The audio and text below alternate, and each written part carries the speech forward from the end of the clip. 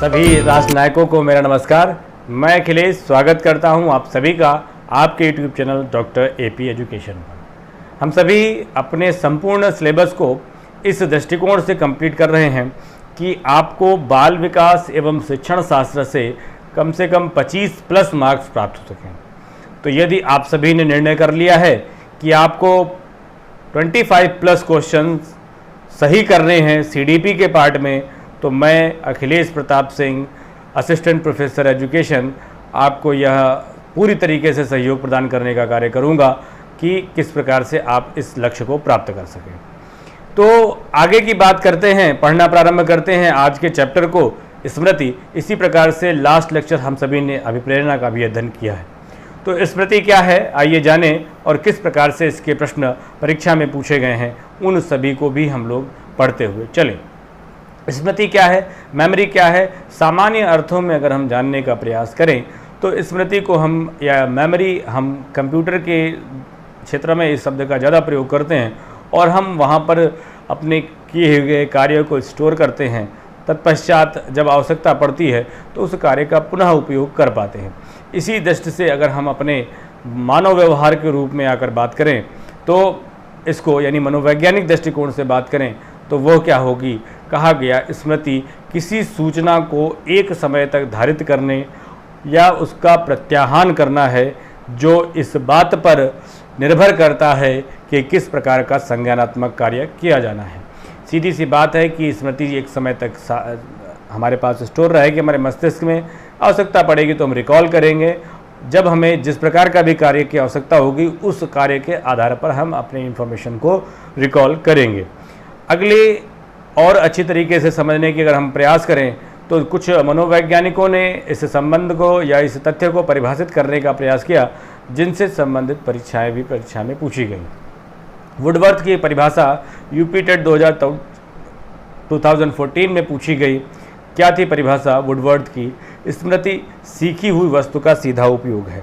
Question पूछा गया कि स्मृति सीखी हुई वस्तु का सीधा उपयोग है, उपरोक्त कथन किसका है? ये यूपी टेट 23 फरवरी 2014 को क्वेश्चन पूछा गया।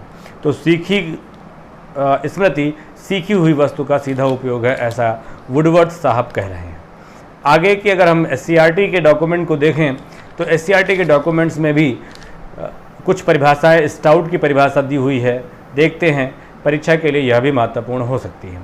स्टाउट ने कहा कि मेमोरी एक ऐसी आदर्श पुनरावृत्ति है जिसमें व्यक्ति के अनुभव उसी ढंग और क्रम में जागृत होते हैं जिस क्रम में वह पूर्व में उपस्थित थे। जिस क्रम में आपने पूर्व में पढ़ा था उसी क्रम में आप पुनः उपयोग कर पा रहे हैं, यह बात स्टाउट कह रहा है। ठीक है, स्टाउट साहब कह रहे हैं। स्टाउट या इसको याद कैसे करें तो स्काउट एंड गाइड आपने नाम सुना होगा और आपके सभी डीएलएड के पाठ्यक्रम में भी रहता है और अन्य जगह भी रहता है। तो स्काउट को क्या कराया जाता है, एक सारी चीज़ें व्यवस्थित क्रम में सिखाई जाती हैं। सभी बातें 2 या 3 दिन का 7 दिन का जो प्रशिक्षण होता है उस पूरे 3 दिन के 4 दिन के 5 दिन के प्रशिक्षण में सारी बातें क्रम में से सिखाई जाती हैं।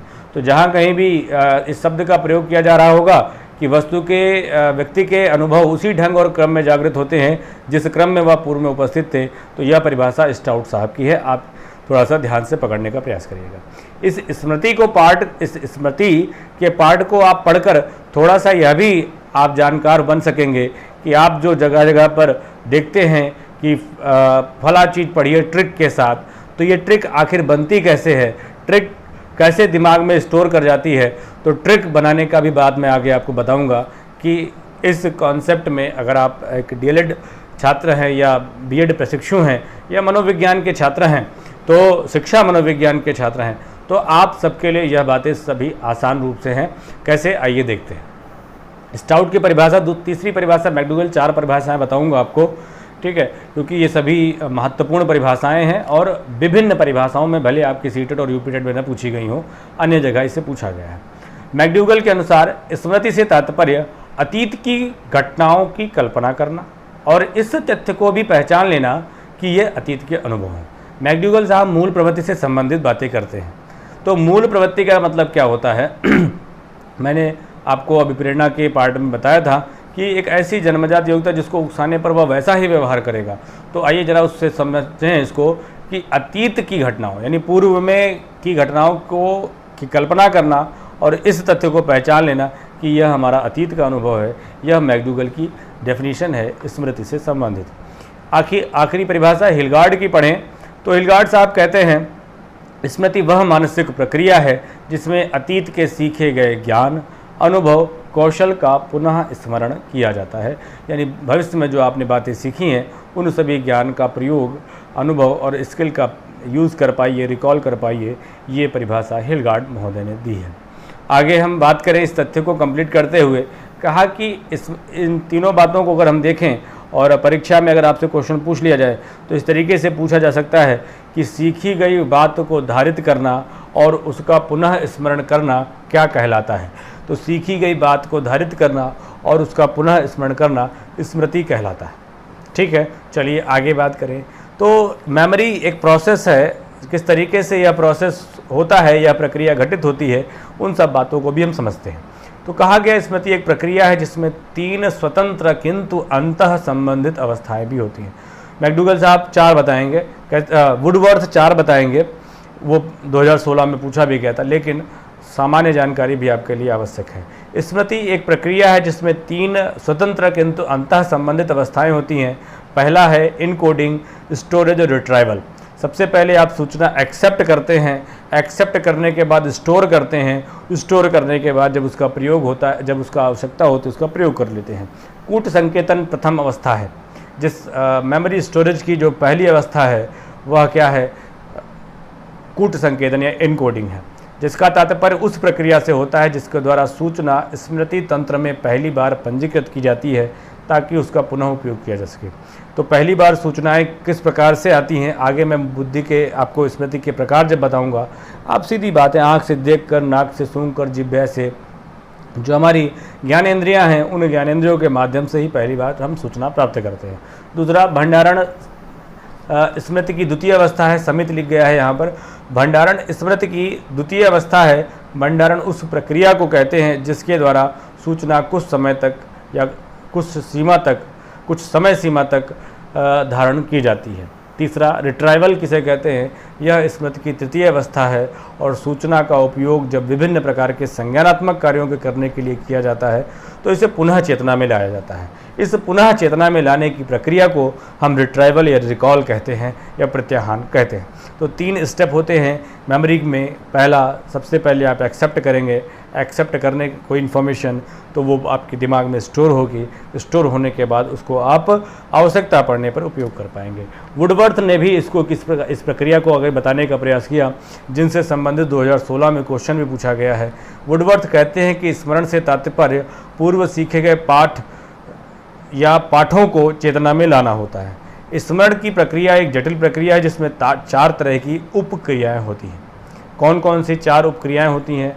सबसे पहले व्यक्ति सीखता है, सीखने के बाद स्टोर करता है, फिर उसका रिकॉल करता है और फिर पहचान करता है। इसी 4 आधार पर, 4 जो आधार हैं, इन 4 आधार पर स्मृति के मापन की निम्न विधियों का बात की गई। तो इसमें जो लिखा था, जो क्वेश्चन ऊपर आया था, उसमें क्वेश्चन आया था इस प्रकार से कि बुद्धि की प्रक्रिया में कौन कौन से तथ्य सम्मिलित होते हैं। तो बुद्धि की प्रक्रिया में कौन कौन से तथ्य सम्मिलित हैं? आपके सीखना है और कौन सा है, धारण करना है, उसके बाद आपका प्रत्याहान है और पहचान है। 2016 में ये क्वेश्चन पूछा गया। तीसरा क्वेश्चन अगला जो आया, इसी आधार पर मापन, स्मृति का मापन किस प्रकार किया जाता है उसकी बात अगर हो तो उपरोक्त के आधार पर निम्न विधियों का प्रयोग स्मृति के मापन के लिए किया जाता है। सबसे पहले रिकॉल मेथड, हम क्वेश्चन पूछते हैं और क्वेश्चन पूछने के बाद बच्चा उस चीज़ को याद करके बताता है तो उसे हम रिकॉल मेथड कहते हैं। फिर आइडेंटिफिकेशन मेथड, पहचान विधि क्या है? पहचान विधि में उसको कुछ कार्य करने को दिए जाएं या फिर कुछ शब्द लिखे जाएं जिनके आधार पर उसे उस कार्य को पूरा करना होता है। पुनः सीखना विधि, जब दोबारा उस बात को बताया जाए तो ये अक्सर टीचर ने कहा था कि जब मैंने आपको फला विषय पढ़ाया था तो उसमें मैंने ये बात आपको बताई थी, तो बताइए आखिर वो क्या होता है। तो इस तरीके से वह आपकी स्मृति को चेक करने का प्रयास करता है कि क्या आप में किसी बात को याद रखने की या स्टोर करने की क्षमता है या नहीं। इस तरीके से 2 क्वेश्चन अभी तक हम लोगों ने 3 से 4 क्वेश्चन पढ़ लिए हैं। एक परिभाषा का प्रकार और स्मृति की प्रक्रिया में कितने पद सम्मिलित होते हैं और स्मृति को किस प्रकार से मापा जा सकता है, इस बारे में भी हम लोगों ने अभी तक बात कर ली है। तो 3 विधियों का प्रयोग, हाँ, इसके आधार पर एक प्रश्न इस तरीके से आया था कि निम्नलिखित में से कौन सी स्मृति की विधि नहीं है या स्मृति का प्रकार नहीं है। तो तर्क जो है वह तर्क विधि स्मृति की विधि नहीं है। इस और वहाँ दोनों जगह पर आप इस बात को ध्यान रखिएगा, ठीक है। जब आपसे स्मृति की प्रक्रियाएं पूछी जाए वहाँ पर भी, और स्मृति के मापन के बारे में भी पूछे जाए, तब भी आपको ये बताना जानना है, ठीक है, कि वहाँ भी तर्क प्रकार नहीं है तर्क करना, और यहाँ पर तर्क विधि का प्रयोग करना, यह भी बुद्धि का मापन नहीं है और वह बुद्धि की प्रक्रिया नहीं है। चलिए, स्मृति के पहले क्रमिक अध्ययन का श्रेय हर्बन एबिंगहॉस को जाता है। पहला क्रमिक अध्ययन किसने किया बुद्धि का? क्वेश्चन आपसे पूछा जाएगा कि स्मृति का सबसे पहला क्रमिक अध्ययन किसने किया? तो हर्बन एबिंगहॉस ने किया, जो 19वीं शताब्दी के उत्तरार्ध लगभग 1885 के जर्मन मनोवैज्ञानिक थे। इन्होंने स्मृति का वर्गीकरण 4 भागों में किया है: संवेदी स्मृति, sensory memory, short term memory, working memory और दीर्घ यानी लॉन्ग टर्म मेमोरी। 4 प्रकार की स्मृति का इन्होंने बातें बताई हैं। चलिए आगे हम जो पहला इसका सिद्धांत आया है सूचना प्रक्रमण उपागम या इंफॉर्मेशन प्रोसेसिंग मॉडल, उस आधार पर जिसे संगणन का सिद्धांत भी कहा जाता है। क्वेश्चन आया था आपके 2017 में, यूपी टेट अक्टूबर 2017 में क्वेश्चन आया था कि संगणन का सिद्धांत निम्न में से किसकी व्याख्या करता है? तो अधिगम की, अभिप्रेरणा की, स्मृति की, सृजनात्मकता की। तो यह संगणन का सिद्धांत स्मृति की सिद्धांत से संबंधित है। किस प्रकार, आइए देखते हैं। तो स्मृति का पहला मॉडल, जिसे सूचना प्रक्रमण उपागम या अवस्था मॉडल कहा जाता है या संगणन सिद्धांत कहा गया है, एटिक्सन तथा श्रीफिन महोदय ने 1968 में प्रस्तुत किया। अवस्था मॉडल के अनुसार स्मृति तंत्र 3 प्रकार के होते हैं। 3 प्रकार का स्मृति तंत्र होता है, ठीक है। किस प्रकार से, ये देखें तो सबसे पहला स्मृति तंत्र जो है उसे कहा गया कि संवेदी स्मृति, सेंसरी मेमोरी, दूसरा शॉर्ट टर्म मेमोरी, तीसरा दीर्घकालिक स्मृति। क्या है, बड़े अच्छे तरीके से हम इसको समझेंगे। संवेदी स्मृति में जो सूचना आती है, जैसे आप आँखों से, कानों से, नाकों से सूंघते हैं, जिह्वा से टच करते हैं, आप अपने घर से विद्यालय की ओर निकलते हो, उतनी दूर भर में आप बहुत सारे पेड़ देख लेते हो, बहुत सारे चौराहे देख लेते हो, बहुत व्यक्तियों की शक्ल देख लेते हो, बहुत सारे होल्डिंग बैनर, पोस्टर देख लेते हो। उस तरीके से जो आप में सूचनाएं प्राप्त होती हैं, वह सूचनाएं संवेदी स्मृति की होती हैं। तो उसके बाद कुछ ऐसी स्मृतियां होती हैं जो अल्पकालिक में जाती हैं। कौन सी ऐसी सूचना, क्या सारे के सारी बातें आपको याद रहती हैं? क्या आप घर से यहाँ तक आते हो, विद्यालय तक आते हैं, अगर आप अभी तो नहीं आ पा रहे हो, वो अलग विषय है, तो क्या सभी तथ्य आपको याद रहते हैं? बिल्कुल नहीं। संवेदी स्मृति में आई तथ्यों को जिस पर आप ध्यान देते हैं, वही वस्तुएं अल्पकालिक स्मृति में जाते हैं। कोई अजीब सा चेहरा आपने देख लिया, कोई अजीब सी होल्डिंग देख लिया आपने, या कोई अजीब सा पेड़ देखा, या अजीब सा कोई भी वस्तु जो जिस पर हमारा ध्यान केंद्रित हुआ। ध्यान क्या होता है? यूपी टेट अक्टूबर 2017 का क्वेश्चन है ये, कि किसी दूसरी वस्तु की अपेक्षा एक वस्तु पर चेतना का केंद्रीकरण अवधान कहलाता है। यह किसने कहा? तो ये डम्विल साहब की परिभाषा 2 बार पूछी जा चुकी है, ठीक है। 2 बार डम्विल साहब की परिभाषा पूछी जा चुकी है, ध्यान से आप लोग पढ़िएगा। किसी दूसरी वस्तु की अपेक्षा एक वस्तु पर चेतना का केंद्रीकरण अवधान कहलाता है, और जिस सूचना पर हम ध्यान देते हैं वह हमारी शॉर्ट टर्म मेमोरी में पहुंचती है, अल्पकालीन स्मृति में पहुंचती है। उस बात को अगर हम बार बार देखते हैं, ठीक है, विस्तार पूर्वक पूर्वाभ्यास, जो भी बातें हमें सिखाई गई, क्लास में आपको बताई गई बात है, वो क्लास में जब महत्वपूर्ण बात जो आपके दिमाग में स्ट्राइक करी थी, उसको जब आप कई बार अभ्यास करते हैं तो वह आपके दीर्घकालिक स्मृति में पहुंच जाती है, जो लंबे समय तक आपके दिमाग में बनी रहती है। चलिए एक एक को कायदे से समझें। चैनल अगर सब्सक्राइब नहीं है तो बिना सब्सक्राइब किए आप नहीं जाएंगे, ये आपकी नैतिक जिम्मेदारी बनती है। संवेदी स्मृति क्या है, सेंसरी मेमोरी क्या है, कोई भी सूचना सबसे पहले कहाँ आती है, संवेदी स्मृति में आती है। सबसे पहले हमें सेंस ऑर्गन से पता चलता है कि क्या तथ्य सामने हमारे उपस्थित है, या तो ये चित्र के रूप में है, या फिर ध्वनि के रूप में है, या अन्य संवेदनाएं जो हमारे कान, नाक, जिह्वा के माध्यम से, ज्ञानेंद्रियों के माध्यम से हमारे पास प्राप्त होती हैं। संचयी क्षमता इसकी काफ़ी होती है, बहुत चीज़ों हम देखते चले जाते हैं, ठीक है, लेकिन अल्पकालिक में सब नहीं जाता, ठीक। तो इसकी संचयी क्षमता बृहद होती है। इसमें जो सूचना है वो लगभग 1 से 4 सेकंड तक के बीच में रहती है। आप जा रहे हैं अपने बाइक पर या साइकिल से और कोई चीज़ आपने देखा तो 1 आध सेकंड के लिए उसकी चेहरा सामने बना रहता है। फिर आपसे पूछा जाए उस आदमी को तुमने देखा था, तो हाँ देखा था, तो बताओ कैसा हुलिया था। तो हुलिया बताने में थोड़ा सा आपको समस्या होगी बहुत, अगर ध्यान से आपने नहीं देखा है तो। दूसरी अल्पकालिक स्मृति, जिन सूचनाओं पर हम ध्यान देते हैं वह हमारी द्वितीय स्मृति भंडारण में प्रवेश करती है, जिसे हम अल्पकालिक स्मृति कहते हैं। इस अल्पकालिक स्मृति की क्षमता कैसी होती है, तो अल्पकालिक स्मृति की क्षमता कम होती है। बहुत देर तक अगर आपको कोई बात पढ़ाई गई है तो पढ़ाए जाने के बाद आपको लेक्चर बताया गया, पढ़ाया गया, सुन लिया आपने और थोड़ी देर के लिए ध्यान दिया, समझ में भी आ गया, तो यहाँ पर बहुत देर तक चीज़ें रहेंगी नहीं। शॉर्ट टर्म मेमोरी में कैसे देखेंगे, अवधि इसकी 20 से 30 सेकंड से कम के बीच में होती है। थोड़ा सा बार बार आपको अगर बताई जाएगी 2-3 बार, इसीलिए टीचर क्या करता है, कोई भी तथ्य आपको 2 या 3 बार रिपीट करके बता देता है, जिससे आपके दिमाग में वह चीज़ें बहुत अच्छी तरीके से बैठ जाएँ। दीर्घकालिक स्मृति क्या है, लॉन्ग टर्म मेमोरी क्या है, यह स्मृति का एक ऐसा संचयी स्थायी भंडार है जहाँ सूचनाएँ चाहे कितनी भी नई हो संचित रहती हैं और इसकी क्षमता असीमित होती है और अवधि इसकी जीवन पर्यंत होती है। कोई भी सूचना आपके लॉन्ग टर्म मेमोरी में चली गई, ठीक है, तो वो बातें आपके जीवन भर के लिए सदैव याद रह जाती हैं। कभी कभी ऐसा होता है, कुछ सूचनाएं इस प्रकार की भी होती हैं जिन्हें हम पहली बार ही देखते हैं और वह हमें जीवन भर याद रहती हैं। कैसे, आगे अभी जानेंगे। सूचना एक भंडार से दूसरे भंडार तक कैसे पहुंचती है, इस प्रश्न के उत्तर में एटिक्सन तथा श्रीफिन ने नियंत्रण प्रक्रियाओं का विचार प्रस्तुत किया। क्वेश्चन आपसे पूछा गया कि एक स्मृति से कोई सूचना दूसरी स्मृति में किस प्रकार पहुंचती है, यह जो प्रक्रिया है उसे क्या कहते हैं। इसे कहते हैं नियंत्रण प्रक्रिया। इसे क्या कहते हैं, एक स्मृति से दूसरी स्मृति में सूचनाओं को जाना नियंत्रण प्रक्रिया कहलाता है। पहली नियंत्रण अभिक्रिया क्या है, आइए देखें। केवल वही सूचना जिस पर ध्यान दिया जाता है हमारे संवेदी ग्राहकों द्वारा अल्पकालिक स्मृति में पहुंचती हैं, यानी चयनात्मक अवधान। बहुत सारे लोगों में कोई एक ऐसा चेहरा आपको याद रहा। चयनात्मक अवधान पहली नियंत्रण प्रक्रिया है जो यह सुनिश्चित करती है कि कौन सी सूचना संवेदी ग्राहकों से अल्पकालिक स्मृति में जाएगी।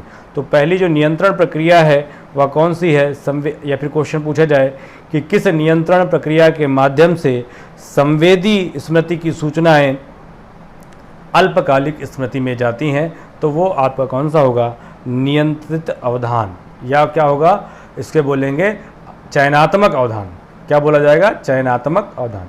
दूसरा, अल्पकालिक स्मृति में सूचना पहुंच गई भाई चयनात्मक अवधान के माध्यम से, तो अल्पकालिक स्मृति फिर दूसरी नियंत्रण प्रक्रिया अनुरक्षण पूर्वाभ्यास, क्या कहा गया, अनुरक्षण पूर्वाभ्यास को सक्रिय करता है।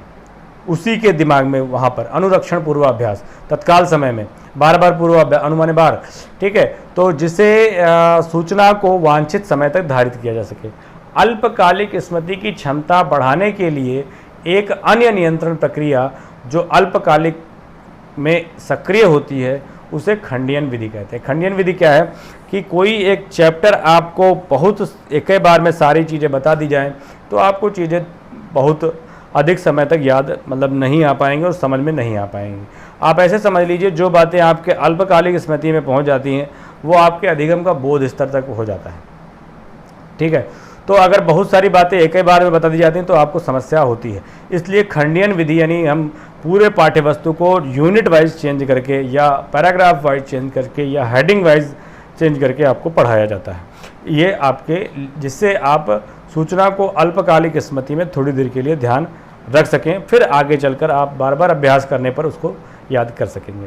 सूचना अल्पकालिक स्मृति से, ये तो जो प्रक्रिया है कौन सी, खंडियन विधि या अनुरक्षण पूर्वाभ्यास, ये अल्पकालिक स्मृति में ही सूचना को बनाए रखने के लिए महत्वपूर्ण है। अल्पकालिक स्मृति से दीर्घकालिक स्मृति में कोई सूचना किस प्रकार से जाएगी, इसके लिए एक तीसरी नियंत्रण प्रक्रिया क्या है, आइए देखते हैं।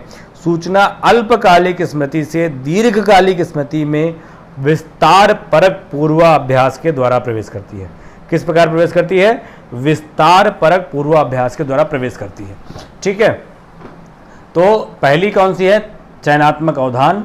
चयनात्मक अवधान के माध्यम से कोई सूचना संवेदी स्मृति से कहाँ जाएगी? अल्पकालिक स्मृति में जाएगी। अल्पकालिक स्मृति में ही सूचना को रोकने के लिए अनुरक्षण पूर्वाभ्यास का प्रयोग किया जाता है और अनुरक्षण पूर्वाभ्यास के रूप में खंडियन विधि सहयोग करती है। लेकिन अल्पकालिक स्मृति को अब कहाँ ले जाना है, कि सूचना को कहाँ ले जाना है? दीर्घकालिक स्मृति में ले जाना है, जहाँ हमेशा हमें चीज़ें याद रहें। उसके लिए कौन सा हमें चयनात्मक अनुधान प्रयोग करना, कौन सा हमें नियंत्रण प्रक्रिया का प्रयोग करना पड़ेगा? आइए देखें।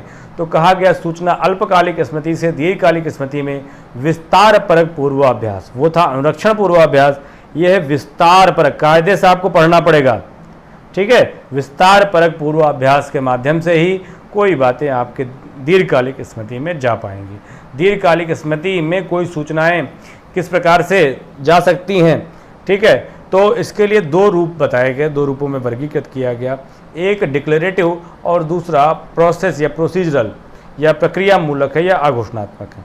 जैसे कोई सूचनाएं हैं जिन्हें तथ्य, नाम, तिथि है, वे चीज़ें हमें याद हो जाती हैं और हम हमेशा, जैसे हम जानते हैं 26 जनवरी को हमारा रिपब्लिक डे होता है, तो वो चीज़ें हमें हमेशा के लिए जीवन भर याद होती हैं। ठीक, किसी का नाम, कोई तथ्य, ये बातें हमारे दिमाग में हमेशा के लिए बनी रहती हैं। तीसरा है प्रोसीजरल, भी कुछ चीज़ें ऐसी हैं जिन्हें हम पढ़ते हैं। जैसे क्या है कि किसी कार्य को पूरा करने के लिए कुछ कौशल की आवश्यकता होती है। इस तरीके से जैसे साइकिल चलाने के लिए आपको कुछ कौशल की आवश्यकता होगी, आपको अपना बैलेंसिंग बनाना होगा, तो वो हमेशा के लिए एक बार अगर हम सीख जाते हैं तो वो हमेशा भर के जीवन भर के लिए याद हो जाता है। ठीक है, आगे की बात करें, टल्विन ने एक बार फिर से एक वर्गीकरण दिया है दीर्घकालिक स्मृति में सूचना को रोकने के लिए, रखने के लिए। एक कहा घटनापरक और दूसरा अर्थ संबंधी। ये अर्थ संबंधी ज़्यादा इंपॉर्टेंट है। घटनापरक क्या है कि कोई घटना, जीवन चरित्र से संबंधित कोई घटनाएं ऐसी घट जाती हैं जो हमारे जीवन में हमेशा हमें याद रहती हैं। कोई अगर मान लो कोई आपदा आई हो, जैसे कोरोना का समय अभी चल रहा है, ये एक वैश्विक महामारी का समय चल रहा है, तो आप सभी को इस समय के एक एक क्षण जीवन भर याद रहेंगे कि किस प्रकार से आप अपने घरों में कार्यों को, जैसे आज एक पूजा थी, उस पूजा के लिए किस प्रकार से लोगों ने घर में ही एक डाल से पूजा की, कुछ लोग जा पाए वहाँ तक। इस तरीके से आप सभी को यह समय हमेशा जीवन भर के लिए याद रहेगा। दूसरा अर्थ संबंधी तथ्य भी है। अगर किसी तथ्य का आपने अर्थ समझ लिया, उसका संप्रत्यय क्लियर हो गया, तो आपको वह तथ्य हमेशा भर की जीवन भर के लिए याद रहेगा। कैसे? सामान्य ज्ञान व जागरूकता की स्मृति, संप्रत्यय या कोई विचार या कोई तर्क संगत नियम आपको पता चल गया। कहा गया कि पृथ्वी सूर्य के चारों ओर चक्कर लगाती है। ठीक है, तो इस तरीके से अगर आप एक बार बात समझ में आ जाती है, ठीक, तो वो हमेशा के लिए आपको याद रहती है। दीर्घकालिक स्मृति में एक लाइन बहुत इंपॉर्टेंट है ये, कि दीर्घकालिक स्मृति में नॉलेज रिप्रेजेंटेशन की सबसे महत्वपूर्ण इकाई क्या है? उसे हम संप्रत्यय कहते हैं। एक बार आपका कॉन्सेप्ट क्लियर हो गया, उस कॉन्सेप्ट क्लियर होने के बाद आपके जीवन भर के लिए आपको कुछ ऐसी चीज़ें जो आपने हाई स्कूल इंटर में पढ़ी होंगी, वो आज तक आपको याद है। ठीक है, आपको ह्यूमन सेल और आपको अभी तक सेल की डेफिनेशन याद होगी, मुझे याद है हम लोगों ने इसे हाई स्कूल में याद किया था। एक प्रकार से आपका अगर कॉन्सेप्ट याद हो जाएगा, कॉन्सेप्ट क्लियर हो जाएगा, तो वो चीज़ें आपको जीवन भर के लिए याद रहेंगी। ठीक है, संप्रत्यय क्या होता है? उन वस्तुओं और घटनाओं के मानसिक संवर्ग जो कई प्रकार से एक दूसरे के समान है। कुल मिलाकर के आप का संप्रत्यय या कॉन्सेप्ट तब क्लियर हो जाएगा, जैसे ये पेंसिल आप देख रहे हैं, पेंसिल और पेन में या चौक में अगर आप अंतर कर ले जा रहे हैं तो आपका कॉन्सेप्ट क्लियर है कि ये कैसी चीज़ें हैं, और आप जानते हैं कि तीनों का प्रयोग हम लिखने के लिए कर सकते हैं, लेकिन इनका अलग अलग स्थान पर अलग अलग उपयोग है। इस तरीके से वो तथ्य अलग है, संप्रत्यय पढ़ाऊंगा तब आपको बताऊंगा। फिलहाल क्वेश्चन क्या बनता है कि दीर्घकालिक स्मृति में नॉलेज रिप्रेजेंटेशन की सबसे, यानी ज्ञान प्रतिनिधान की सबसे महत्वपूर्ण इकाई कौन सी है, तो वह आपकी क्या है, वह आपकी संप्रत्यय है। अब आइए देखते हैं कि कैसे आप अपनी स्मृति को बढ़ा सकते हैं, कैसे चीज़ों को याद रख सकते हैं। ये भी बहुत महत्वपूर्ण है। जहाँ हम ट्रिक की बात करते हैं, अक्सर ट्रिक के बिना आप बड़ी बड़ी चीज़ें लिखी होती हैं, नहीं पढ़ा पाया तो मुझे चौराहे पर गोली मार देना, ऐसी चीज़ें आपने थंबनेल्स में देखी होंगी ना कई लोगों की, कि एसएससी नहीं पास कराई तो मुझे चौराहे पर गोली मार देना, ऐसे तथ्य। और पढ़िए ऐसी ज़बरदस्त ट्रिक, भूल भुलैया ट्रिक, वो कौन सी ट्रिक्स हैं, आइए आप अब खुद बनाने के लायक हो जाएंगे। आइए देखते हैं कैसे। पूरा बाजार हो गया है। चलिए, स्मृति वृद्धि क्या है? स्मृति सुधार की बहुत सारी विधियां हैं जिन्हें स्मृति सहायक संकेत कहा जाता है, जिसे हम हिंदी में ट्रिक कह देते हैं। स्मृति सहायक संकेत इंडिकेटर हैं, हमारे मेमोरी हेल्पिंग इंडिकेटर हम इन्हें कह सकते हैं, कहा जाता है। दो प्रमुख स्मृति सहायक संकेत का वर्णन किया गया है। क्वेश्चन भी आपका इससे आया है, कौन कौन सी निम्नलिखित में से स्मृति सहायक विधियां हैं। ठीक है, तो एक है विचार साहचर्य विधि, प्रतिमाओं के उपयोग से स्मृति सहायक संकेत।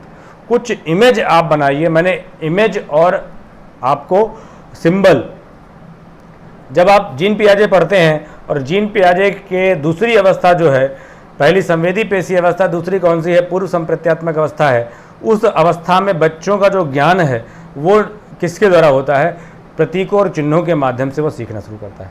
तो प्रतीक यानी प्रतीक और चिन्ह, सिंबल जो है, सिंबल वास्तविक रूप में नहीं लिखे थे। मनुष्य का सिंबल कैसे बना देते हैं, एक ऐसे गोला बनाया, डंडा खींचा, इधर दो हाथ लगा, दो पैर लगा दिए, इस तरीके से हो जाता है। लेकिन अगर इमेज किसी की बनाई जाएगी तो जैसे चेहरा है वैसे ही बनाया जाता है। गांधी जी की इमेज बनाई गई तो चेहरा उस तरीके से बनाने का प्रयास किया था। तो प्रतिमाओं के प्रयोग से स्मृति सहायक संकेत, हम उस तथ्य को अपने दिमाग में बना रखें, उसके बाद हम उसको प्रयोग करें। इसे विचार साहचर्य विधि भी कह सकते हैं। इस विधि में अध्ययन सामग्री व आसपास की स्पष्ट प्रतिमाओं की रचना की जाती है। इसकी दो विधियां हैं, मुख्य शब्द विधि और स्थान विधि। इसका पहला शब्द आप याद कर लीजिए, मुख्य शब्द विधि। जैसे मैंने अभी आपको क्या बताया, एक परिभाषा शुरू में आपको याद कराने का प्रयास किया था, कौन सा, स्टाउट की। स्टाउट की परिभाषा मैंने आपको कहा था कि जहाँ पर क्रम और जागृत करने की बात आ जाएगी तो आप कहिएगा ये स्काउट गाइड में हमें क्रम से रहना सिखाते हैं। तो स्टाउट यानी मुख्य शब्द आप पकड़िए, उस मुख्य शब्द से अलग रिलेट होने वाले शब्द को, मैंने एक इमेजिन किया ना, इमेज बनाई स्काउट एंड गाइड की, उस ट्रेनिंग की। तो इस तरीके से मुख्य शब्द विधि के आधार पर भी आप अपनी स्मृति को बढ़ा सकते हैं, याद रख सकते हैं। दूसरी है स्थान विधि। क्या है? स्थान विधि का उपयोग करने के लिए याद किए जाने वाले पदों को पहले वस्तुओं की दृष्ट प्रतिमा के रूप में एक स्थान से व्यवस्थित कर लिया जाता है। जैसे आप इतिहास पढ़ते हो, इतिहास पढ़ने के लिए आपको भूगोल का ज्ञान जरूरी है। कहा जाता है इतिहास पढ़ने के लिए भूगोल का ज्ञान आवश्यक है, और भले भूगोल पढ़ने के लिए आपको इतिहास की आवश्यकता न पड़े, लेकिन आपको फला युद्ध कहाँ हुआ था, कौन से शासक कहाँ से आए थे, अगर ये बातें आपके दिमाग में थोड़ा सा उसकी एक चिंतन या अमूर्त चिंतन आप उस रूप में कर पाते हैं, एक इमेज आपके माइंड में बन जाती है, तो आप इस कथन को और उस स्थान को, दोनों बातों को आपस में जोड़ पाते हैं और चीज़ों को आपको अधिक समय तक याद रहती हैं। ठीक है, जैसे आपसे कह दिया जाए कि बंगाल तत्काल जो अंग्रेज़ों के समय का बंगाल था, उस बंगाल को आज वास्तविक बंगाल से उसका स्वरूप काफ़ी बड़ा था। उस बंगाल में बहुत बड़ा क्षेत्र आता था, बिहार तक आपके ये बनारस के क्षेत्र तक चीज़ें वहाँ तक कवर होती थी। उसके बाद आपका यूनाइटेड प्रोविंस, आपका उत्तर प्रदेश बाद में, बिहार अलग बाद में बना है। ठीक है, वो अलग की विषय है, आप पढ़ लीजिएगा जीएस में। दूसरा है पहला है विचार साहचर्य विधि और दूसरा है संगठन के उपयोग से स्मृति सहायक संकेत या मिश्रित विधि। इन दोनों विधियों का प्रयोग पूछा जा चुका है परीक्षा में। हाँ, ये कब का है? जून 2013 यूपीटीटी पेपर सेकंड 6 to 8 27 जून 2013 को ये क्वेश्चन पूछा गया कि निम्नलिखित में से स्मरण करने की कौन सी विधि है? तो मिश्रित विधि और विचार साहचर्य विधि, ए और बी दोनों, उपरोक्त में से कोई नहीं। तो आपको मैंने बता दिया है, और भी एक आधी बता दूंगा जिससे आपको अगर आने वाले समय में प्रयोग करना पड़े तो प्रयोग करें। पहला विचार साहचर्य विधि, विचारों को, और फिर मिश्रित विधि। मिश्रित विधि में याद की जाने वाली सामग्री में एक क्रम सुनिश्चित करना। खंडियन विधि और प्रथम अक्षर विधि। खंडियन विधि क्या है? मैंने आपको बताया था कि पूरे तथ्य को आप क्या करें कि एक बार में पढ़ने से अच्छा है कुछ टुकड़ों में, थोड़े थोड़े टुकड़े में पढ़िए तो आपको चीज़ें याद रह जाएंगी। प्रथम अक्षर विधि, जैसे विबग्योर शब्द का आपने देखा कि आप 7 रंगों में क्या है, समुद्र, जब सूर्य का जो प्रकाश है उसका जो विकर्ण है वो 7 किसी प्रिज्म से होकर जब गुजरता है तो वह 7 भागों में 7 रूप में दिखाई देता है। ठीक है, तो उन सभी रंग को हम याद रख सकें इसके लिए हमने पहला लेटर सबका ले लिया, उसे हम विबग्योर कहा या उसे हम प्रथम अक्षर विधि कहते हैं। इन दोनों विधियों के आधार पर, यानी विचार सहचर्य विधि के आधार पर, मिश्रित विधि के आधार पर आप इन दोनों विधियों का प्रयोग कर चाहे तो शब्द से स्थान को जोड़ लो, चाहे शब्द से मुख्य शब्द को जोड़ लो, या फिर पूरे चैप्टर को छोटे छोटे टुकड़ों में बांट लो, या फिर पहले अक्षर से पूरा अक्षर निर्मित कर लो। ये सारी की सारी प्रक्रियाएं आपके बुद्धि स्मृति को मजबूत करने के लिए प्रयोग की जाती हैं, जिन्हें हम अपने YouTube की भाषा में ट्रिक कहते हैं। ठीक है भैया, आगे थॉमसन तथा रॉबिन्सन ने भी एक अधिक याद रखने की युक्ति का विकास किया। वो कौन सी थी? उसे PQRST विधि कहते हैं। तो मान लो अगर अगली बार आ जाए कि निम्नलिखित में से स्मरण करने की कौन सी विधि हैं, तो मिश्रित विधि, विचार साहचर्य विधि और PQRST विधि भी आ जाए तो आप इससे लेकर घबराएंगे नहीं, या अभ्यास विधि भी आ जाए तो थोड़ा सा दिमाग खुला रखना है कि ये बातें भी हो सकती हैं। तो थॉमस तथा रॉबिन्सन ने अधिक याद रखने की युक्ति का विकास किया, जिसे हम PQRST विधि कहते हैं। P फॉर क्या है? प्रीव्यू, पूर्व अवलोकन। एक बार हम देख डालें पूरा, ठीक है, क्वेश्चन, उसके बाद हम देखें कि आखिर किस प्रकार से प्रश्न पूछे जाते हैं इससे। जैसे मैं आपका कंटेंट तैयार करने से पहले, जो भी मैं पहले पूरी तरीके से पूरा कंटेंट एक बार पढ़ लेता हूँ, उसके बाद देखता हूँ कि 10 वर्ष के प्रश्न, देखने के साथ साथ नोट भी करते चलते हैं, फिर देखते हैं कि आखिर 10 वर्ष के प्रश्नों में किस प्रकार से इन तथ्यों को पूछा गया, तो वो बातें छूटने ना पाएँ जो आपकी परीक्षा के लिए भी महत्वपूर्ण है, और वो बातें भी लिख जाएं जो आपके ज्ञान के लिए महत्वपूर्ण है। तो दोनों बातों को रखने का प्रयास करें जिससे आपको याद रहे लंबे समय तक। तो पहला पूर्व अवलोकन, दूसरा क्वेश्चन करेंगे, प्रश्न, तीसरा पढ़ना, उसके बाद जोर जोर से पढ़ना, सास्वर पाठन, जिससे आपका ध्यान जो है वो दूसरी जगह नहीं लगेगा।